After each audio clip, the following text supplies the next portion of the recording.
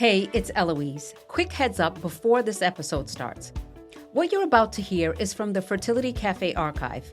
We're bringing some of our past conversations back because new listeners find this show every week, and these stories deserve to keep finding the people who need them. If you've heard this one before, give it another listen. Something always lands differently the second time. And if it's your first time, you're in the right place. Okay, let's get into it. Whoever thought making a baby could be so hard? Luckily, the fertility journey isn't meant to be traveled alone. Eloise Drane has helped hundreds of people build and grow their families over the last 15 years, and she's ready to share her insider knowledge and expertise with you. So grab a seat and let's talk fertility and alternative family building in the Fertility Café. Welcome to Fertility Café. I'm your host, Eloise Drane. We asked around. We asked our surrogates, we asked our staff, we asked our buddies in the field, what piece of information or strange fact do you wish you knew or feel like surrogates should know? And this episode is an accumulation of all the responses we received. They may at first appear a bit random, but if you're looking to increase your understanding of gestational surrogacy, the process, the field, and even the professional aspect of the undertaking, listen on. You may just learn a few dozen things.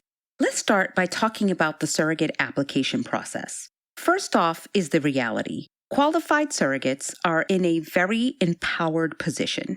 I am not certain if many surrogates really realized this until recently. If you're a woman who meets the qualifications of most surrogacy agencies in the United States, you are very much in demand. We'll talk about how big the market is, but for right now, you should know that women who qualify are in a very nice position.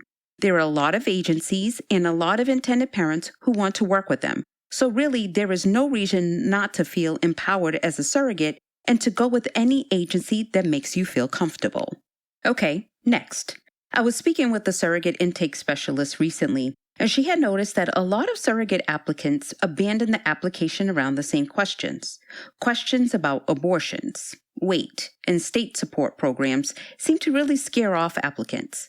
It is such a shame, too, because she felt like a lot of applicants were making incorrect assumptions about right answers just by seeing questions about these topics. It's true that some questions are disqualifying, but not every question is. Some application questions are asked to help the professionals gain a better understanding of the applicant. My advice is if you are interested in becoming a surrogate, don't let any questions on the application scare you off. Answer everything truthfully and don't overthink it. Don't self-eliminate by just assuming that you'll be disqualified based on one or two factors. If you don't qualify, the agency will let you know. I would also say that if you are not accepted and you feel there must have been a mistake, follow up with the agency. Make certain that there was not a mistake. Becoming a surrogate is important enough to double-check, and it's always possible that something was overlooked or a clerical error confused the issue. Now, you may have noticed that agencies, mid-size and up, usually don't give too much information about why you were denied or why they cannot accept you. This can be frustrating, but there is actually a pretty good reason. Some agencies worry that if you tell an applicant exactly why they can't be accepted, they will simply move on to another agency and lie about that thing. So the vagueness is not personal. It's an agency's attempt to try and safeguard other agencies and other intended parents from those rare but existing women who are trying to game the system. Next is the issue of proving claims. We heard from many folks that they wish applicants realized that almost everything they submit on their application will be followed up on. Surrogacy is a big deal, and surrogates must be trustworthy people. Reputable agencies who prioritize the safety and well-being of their surrogates and intended parents don't just take an applicant's word for it when it comes to qualifying factors. They're going to do some deep dives on most, if not all, the information provided as an applicant. And it's not that they don't believe you, it's just so worth it to make certain. And yes, even though it sounds crazy, there are a lot of women out there who try to present themselves in a less than honest fashion. I don't recommend trying this. Fibs, omissions, and outright lies are almost always found out by agencies. Take weight, for example. I know, really small, but we all know that BMI is important to the gestational carrier standards. Women are not able to simply report their weight or even submit a photo of them standing on a scale. Most agencies are going to require a validation of her weight among other health indicators, in a relatively early phase of the process from a licensed physician. Next, we have the realities of the screening process, specifically how long the screening process would take. Filling out an application to become a surrogate may take up to an hour of your time, sometimes even longer. If you think that's long, you should hear about the screening portion of the journey. The screening portion is a bit different at every agency, but often it involves collecting records from multiple doctor's offices, getting a letter of approval from the applicant's obstetrician, and submission of a lot of paperwork. There's also evaluation by a licensed mental health professional and often a home visit. It can take time. It is certainly not an immediate start sort of thing. This is why we encourage women who are thinking about becoming surrogates to start sooner rather than later. Get that ball rolling. The intake staff you work with will help you guide you through the process, and if you change your mind or something comes up, you can always ask for your application to be put on hold. Most gestational carrier applicants are inspired by a personal connection with fertility. Agencies don't generally share the patterns that they see in their applicants, but it's becoming even more clear that the vast majority of women who consider becoming a surrogate are at least in part inspired to do so because of a person's connection to someone who has struggled with infertility or family building. Perhaps it takes considering what you would do to help someone close to you to really open one's mind to the concept, or maybe it's just that 1 in 8 Americans struggle to become pregnant. But the vast majority of applicants include a mention of a personal tie to infertility, friends, or family in their applications. You'll likely have to answer the question, am I done with building my own family? With any pregnancy, surrogacy pregnancies have risk. Some agencies ask if you are done having your own children before acting to help another family build theirs.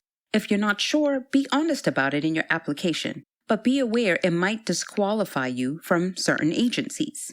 Maybe you already know this one, but you would be surprised how often this distinction is misunderstood. It's all about where the surrogate lives. There are no federal laws governing surrogacy.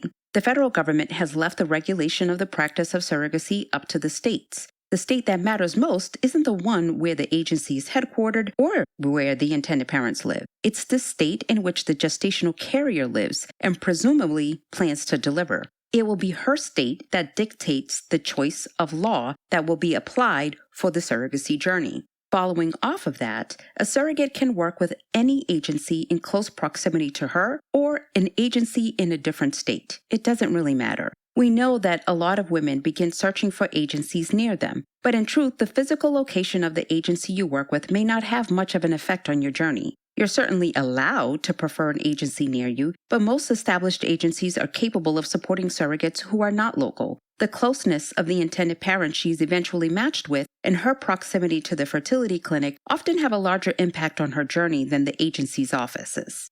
Okay, those are the items we had related to the surrogacy application and screening process. Moving on, we have the reality that surrogacy is a long road. Surrogacy is a process that can't really be rushed. It's a lengthy commitment for all parties involved. Of course, the last portion is almost always close to 9 months long, but the screening, matching, legal, transfer preparation, and achievement of pregnancy can take time. On average, that process can take 15 to 24 months. Question we most often receive is, how involved does my husband or partner have to be?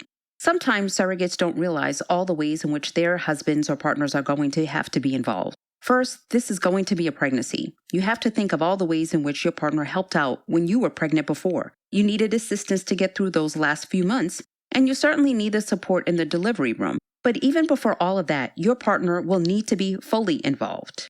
To start, he or she will likely need to complete a background and credit check. He'll have to take part in a mental health evaluation and be present for the home check. He'll also attend the medical workup at the fertility clinic. If she's not required to attend the medical workup, she'll have to submit to medical screening, including a drug test and STD screening.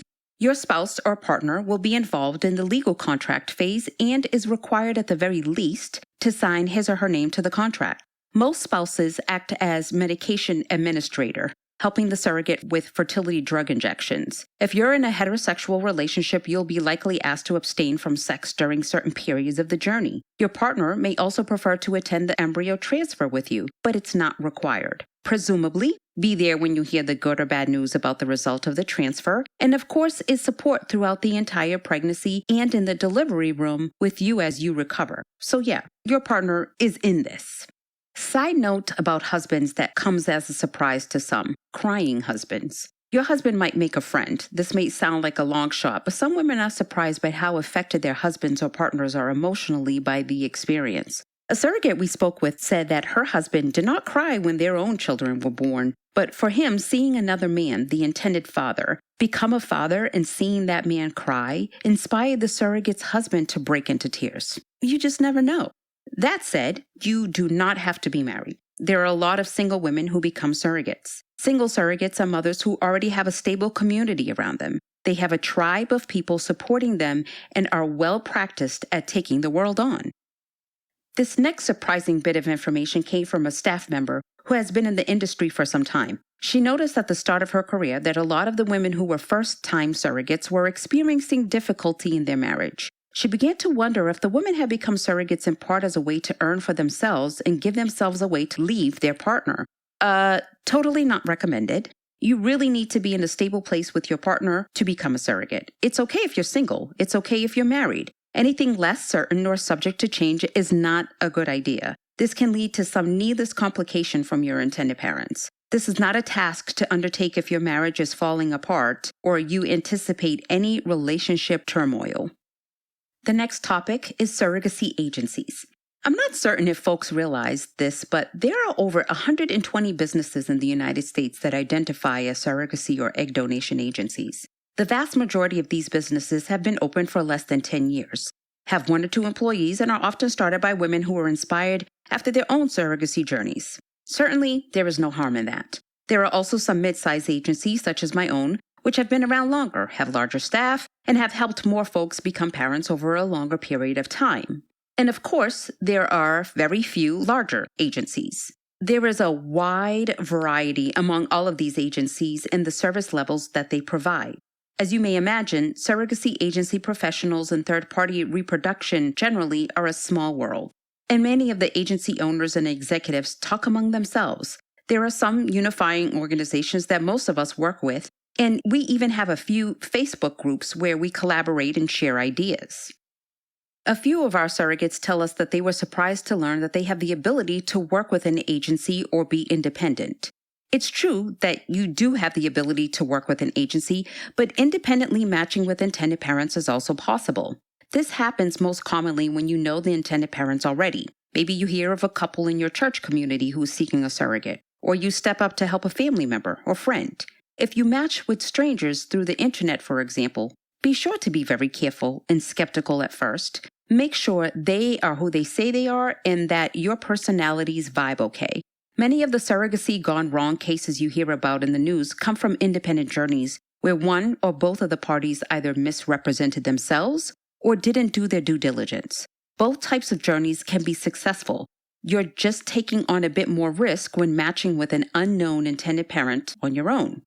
It's important to know that many surrogacy agencies tend to be intended parent-centric. This may be because some of the agencies in the United States were created by folks who were themselves intended parents. We've had many surrogates tell us, "I was surprised that I get a say in the sort of journey I have." Know that this is your journey too. You get a say in what you want it to be like. If you want to carry for an LGBTQ couple or to honor your cousin, tell your agency. If you want to carry for a woman who has breast cancer to help support cancer survivors, tell your agency. You don't get to control everything in your journey, but a good agency will do their very best to honor the vision you have for this adventure. It's important to know each agency has their own way of making matches. Some agencies match intended parents and surrogates based on a first come, first served basis. I don't care for this type of matching. Just because an intended parent is next in line doesn't mean they are the best fit for the surrogate who has recently accepted into the program. I would be a little wary of a program who matches primarily this way. You want to make certain that the priorities that are important to you will be considered during the matching process. A mismatched intended parent surrogate relationship can be miserable, and 15 to 24 months is a long time to ride it out. How can you tell if your priorities will be considered? Well, you can ask an agency what their matching protocol is like And if they're asking you questions about what you value and what is important to you, that is certainly a good sign. Know that some intended parents may prefer secrecy, even if you're open about your journey and excited to tell the whole world about what you're doing. Your intended parent may prefer you to be incredibly secretive about the entire process. There are many different reasons. They could simply be private people. They may be in a high-profile situation, or in an extreme example, if they are from another country where surrogacy is not legal, they may be trying to avoid legal consequences. If this is a deal breaker for you, let your agency know before they begin the matching process. You may find yourself working with international intended parents. Surrogacy is illegal in many countries, and so nearly half of the American surrogate population found themselves working with international intended parents. This can make for some challenging time difference considerations and potentially language barrier issues, but partnering with international parents can be a wonderful experience. That said, if this is a deal breaker for you, let your agency know. Okay, let's talk about money. One response we received was the statement, "I wish surrogate applicants knew that they can totally care about getting paid, but that it truly cannot be all just about the money." If you truly just need the money, I recommend getting a part-time job or looking into a gig economy. Becoming a surrogate is not something you want to undertake just for the money. Surrogacy is not a get-rich-quick scheme. A surrogate applicant can totally be inspired in part by the income she would receive, but there has to be an additional drive to want to do something for another family, or to create big change in the world. There has to be some altruistic aspect in her motivation because it is not an easy undertaking and there are certainly easier, more efficient ways to make money. You have to have something else to motivate you during the process because when the hard parts of surrogacy comes, and it often does, you need to have something that will motivate and push you through. Fertility is a multi-billion-dollar industry. Piper Sandler research puts the U.S. fertility market at $15.4 billion by 2023. And yes, of course, the vast majority of that number is not egg donation or surrogacy specifically, but they are in there. Helping to build families is big money for some. And while there are smaller actors who are very much connected to the cause and invested in the outcomes, there are also a lot of business people who see the entire endeavor as the next big business. When you're thinking about becoming a surrogate, you might be looking at just the base, but there is so much more to be considered. Some agencies have a fixed rate and others have flexible rates. This is to say, some agencies offer you a set amount of compensation, and that is the most you will get no matter the circumstance. Others allow for flexible payments. When does this come into play? Doctor-ordered bed rest is one possibility. If you're put on mandatory bed rest and you can't work and you can't earn an income, you will either be compensated for a flat rate, which has previously been agreed upon, or your actual costs. Now, this may not seem like a huge deal, but it's worth knowing about. Compensation and base pay can be fixed or flexible. Depending on your agreement and agency, your intended parents will not have to compensate you for lost wages if you get a new job. If you get higher paid job, but have already agreed to your previous salary, you need to understand if the increased rate would be honored. Another thing to note is that compensation payments are not immediate. Your contract will outline when you receive base compensation, but generally, payments don't begin until confirmation of heartbeat. You'll of course have all pre-pregnancy expenses reimbursed and receive compensation for certain milestones like the start of medications or the embryo transfer.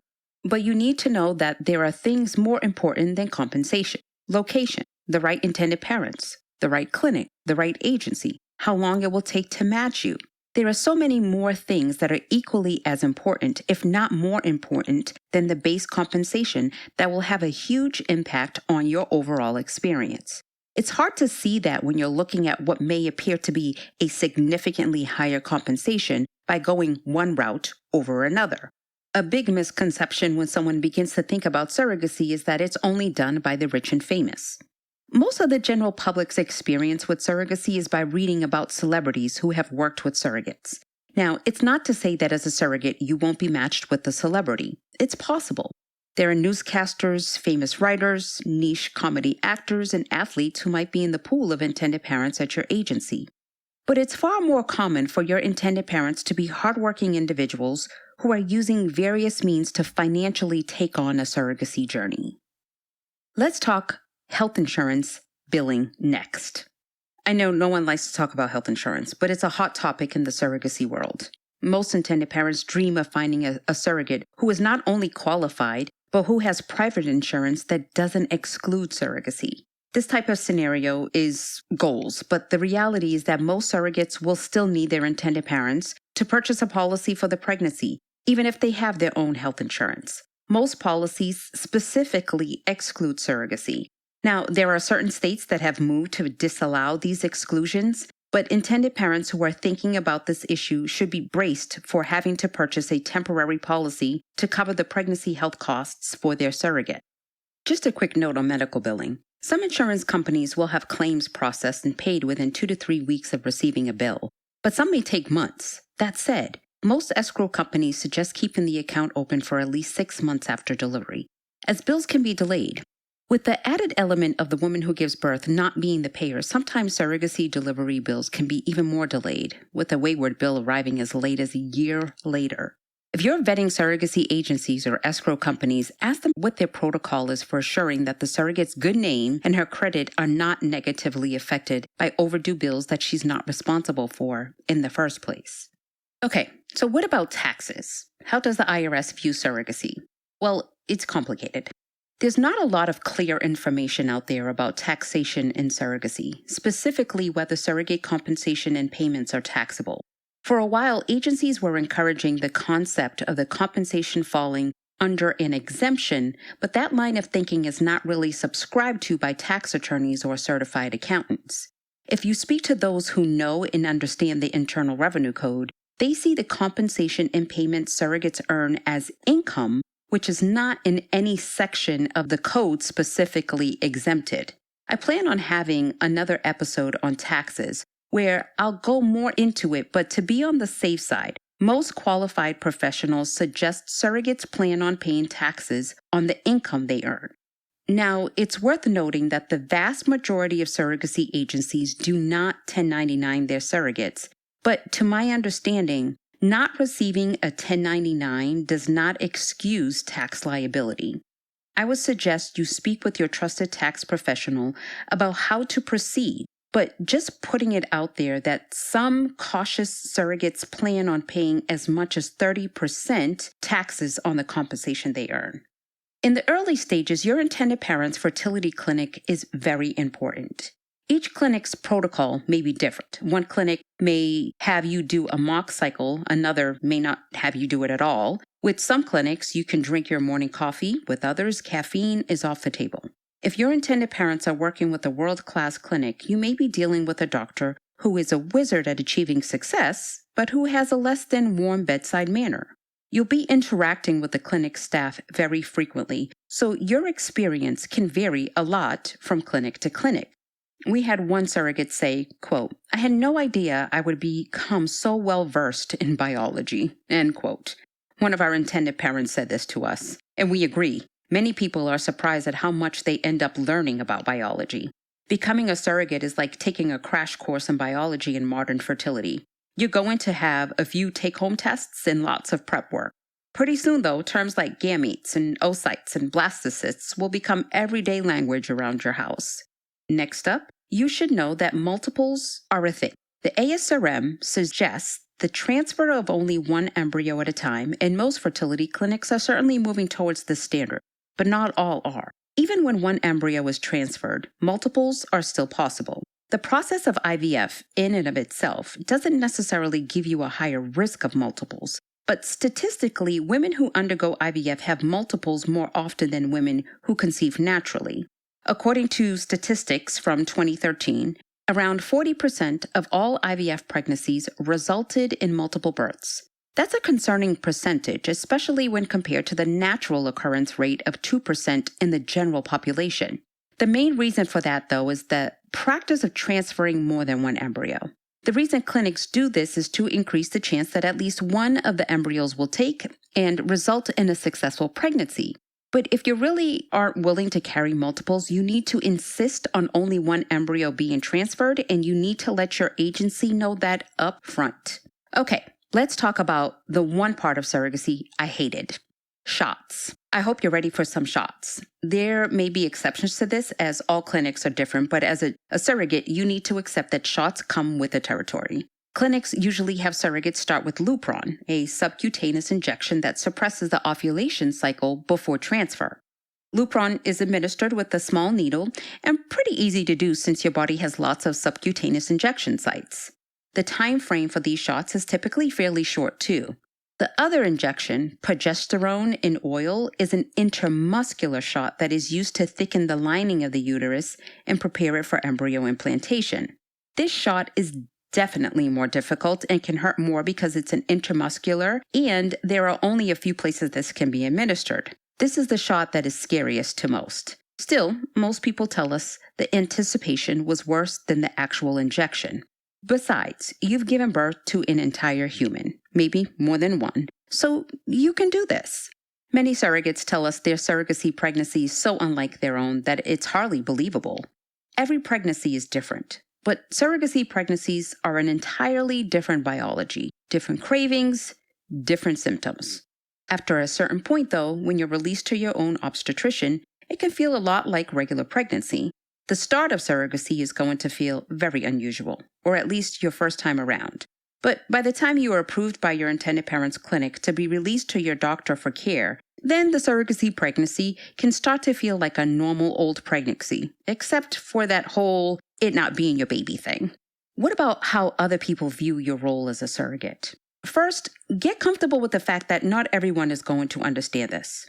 Yeah, surrogacy has an overwhelmingly positive reception, and most people get what a cool undertaking it is. But there are always going to be these folks who just don't get it. It surprises a lot of us in the field, and it surprises a lot of surrogates and intended parents when they realize there is still a ton of misconceptions out there about surrogacy. You probably have to field questions like, did the baby look like you? There must be at least 300 blog articles out there outlining the difference between traditional surrogacy and gestational surrogacy. In traditional surrogacy, the woman who carries the child is biologically related to the child as her own egg is used. With gestational surrogacy, the surrogate has no genetic relationship to the child she carries, as her egg is not used in the creation of the embryo. Traditional surrogacy has really fallen out of favor in the past 2 decades. A very slim number of individuals partake in the practice. So almost always when someone identifies themselves as a surrogate, what they usually mean is that they are a gestational carrier. They have no genetic link to the child they are carrying. The general public seems to be so close yet so far away from grasping the important message that surrogates don't have any genetic link to the baby. I know of a lovely woman who served as a gestational carrier who had lovely curls. After she gave birth, her own best friend asked her if the baby had gotten her curls. This really took the surrogate aback. She was shocked that her own best friend thought she was genetically related to the baby she had carried and thus could have passed on her curls. When she asked her friend if she was joking, the friend realized her silly question, and they both laughed a bit. Best friend's momentary lapse in her understanding of gestational surrogacy is actually a really great example of the general public's understanding surrogacy. They almost get it, but not quite. The next major topic that came up was all about the surrogate's own children. Here are a few things people have been surprised by. First, the kids get it more than a lot of adults. A lot of surrogates worry about how their kids are going to handle mommy being pregnant with a baby who won't be their sibling. Funny thing is, most children do better with the concept than adults. Kids are usually very receptive to the idea. You'll have to have a broader answer to the question, where do babies come from? As one surrogate shared, I have a friend who carried for intended parents when her old children were 5 and 7. When her eldest child got older, she and her husband had the birds and the bees talk with him. The first thing he said when they were done explaining the whole process was, "Is that what you did with the 2 daddies to make the baby you carried for them, Mommy?" Of course, the friend was so embarrassed. She immediately posted to her surrogate forum with the suggestion that the birds and bees talk, with an addendum that not all babies are made that way anymore. Finally, rest assured that agency staff are used to speaking to women who have young children. It can be nerve-wracking hopping onto phone calls when you have little ones at home, and many women who perhaps have been considering surrogacy find themselves delaying that first interview call because of this. Trust me, We get it, and we will never bat an eye at a screaming toddler in the background. Completely normal. Our last little tidbit for you. Repeat and/or sibling journeys are a thing. Acting as a surrogate is an incredibly fulfilling experience, and the numbers prove it. Close to 20% of the women who become surrogates have second or subsequent journeys. They may carry for the same intended parents for what is often referred to as a sibling journey, or they carry for new intended parents. Most stay with their same agency, but some will shop around for additional perks or program features at other agencies. So there you have it. I hope you've enjoyed today's episode and that you've learned a thing or two about surrogacy that you didn't know before. Visit us at Instagram.com/Family Inceptions to share with us what you are most surprised about. We'd love to hear from you. I hope you found this discussion helpful as you weigh your next steps. You can follow Fertility Café on its new Instagram and Facebook page under Family Inceptions. If you haven't yet, go to your listening platform of choice and subscribe, rate, and review this podcast. We'd also love you to share Fertility Café with friends and family members who would benefit from the information shared. Join us next week for another conversation on modern family building. Thank you so much for joining me today. Until next time, remember, love has no limits. Neither should parenthood. Thank you for joining us in the Fertility Café. Whether you're an intended parent, a woman considering egg donation, thinking of becoming a surrogate yourself, or a friend or family member of someone dealing with infertility, we're here to help. Visit our website, thefertilitycafe.com, for resources on fertility, alternative family building, and making this journey your own.